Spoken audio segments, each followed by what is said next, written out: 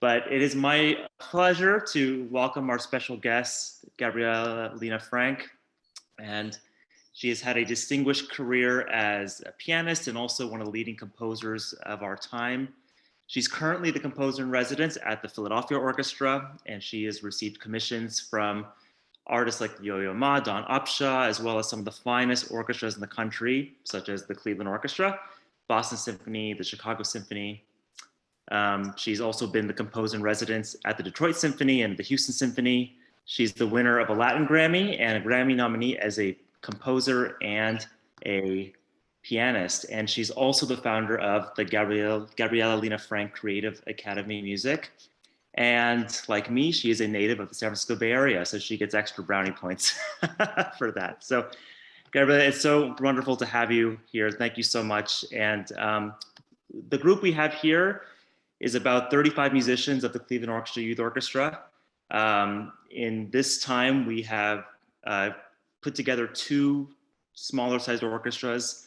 This one here is with strings, percussion, harp, and keyboard, and then we have another all strings group. But we have 35 supremely talented high schoolers from Northeast Ohio who ordinarily come to Severance Hall every week to rehearse on the stage where the Cleveland Orchestra performs. They get coachings from Cleveland Orchestra musicians. Franz Welser Most works with them regularly, and I work with them every week as well. So it's a really wonderful program. A lot of talent on this screen here. So it's really wonderful to have you. And I would love if you could start out by just talking about your musical upbringing, how you got into composition, and just kind of the beginnings of your life as a musician to where you are now.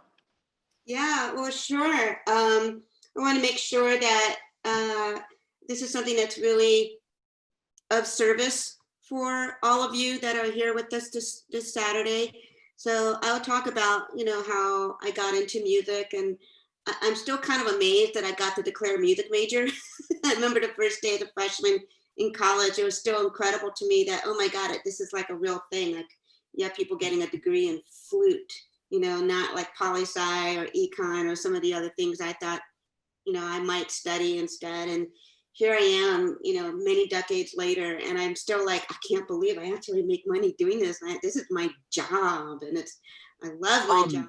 So you said something about microaggressions when you were talking about your time at conservatory, and how instead of microaggressions, you just call them insults. And so how did you deal with that? Well, this is a wonderful question. If you leave your camera on, I'll be able to answer better. I just relate to real people better. When I talk about this with my composers, I realized that people my generation, our standards were lower sometimes because there were so few other people of color. We felt like we wouldn't get the support, and it was just the state of being was that we were going to have to sometimes eat it. And I went through this period this past spring where I started getting really angry. I was getting kind of pissed off, going, I ate a lot of crap. I really did. And then I was like, okay, calm down. Look where you are. Look at this career that you have. You're okay with it, But I do remember as a college student, the one Latin American professor at Rice University. She was a sociology professor and brilliant. And she said this one thing at a talk for the Hispanic club that was there. And there were no other music majors in the club, but there were Hispanic students that were of many different majors. So they were good friends of mine. And she was saying, every which way you're different is a way that you're strong. And when you break at a certain point, that's a possibility of making that stronger there. And I remember that beautiful poetic metaphor. It really did help me, was to have something like that. But it wasn't always easy. Hi, it's nice to meet you. I play the cello, and a couple years ago, I actually played Adagio para Amantani. I'm not really sure how to pronounce it. Yeah. I'm actually also doing it for my college auditions this year. That is hard. That's a hard piece. She's got killer skills if she's doing that, You need a really good pianist as well. That's hard. But I was just wondering a little bit about the inspiration behind it and what was going on in your life at that time, I guess. So Adagio para is Amantani with an accent at the end. Yeah, Amantani.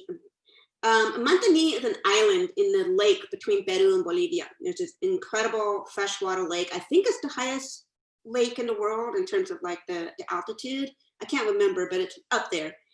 And first of all, when I would go there, it's like being on Mars because batteries stop working and suntan lotion comes out in chunks. You know, like stuff doesn't work the way they're supposed to. So you feel like you're in another land. Water boils differently, like it comes to life. And then even over the same heat, it just goes flat and it comes to, it's like weird, you know? And so right away with that opening low D flat and then the F in the piano and then the repeated notes with lots of pedal, it should feel otherworldly. So if you can think about setting a color and just sitting there and you're just the embodiment of this huge lake with its own laws of nature, there's kind of a vastness. So I would not like rush it. I would, you know, and then you got these weird ninths and oscillating ninths. I would make them really strange and grow big. I would make those phrases really open. And I mean, you're really painting this world and your audience, and then the phrases build one after another between the repeated, and then it's not you, it's the pianist that comes to life and has this immediate huge piano cadenza, like this big solo. So it should be unexpected, and ask your pianist, that needs to be a huge cadenza, because when it comes down so suddenly to the A major chord and you come in, it's the best opening. It's going to set you up. You need that kind of grant. It's like you stepping into the valley that is just huge and you're surrounded by the mountains. So if you can think of this vastness. Well, I mean, the percussion opening is actually inspired by taiko drumming. Who's the percussionist? Who's playing it? I am. Okay, so go and look at some taiko drumming videos on YouTube.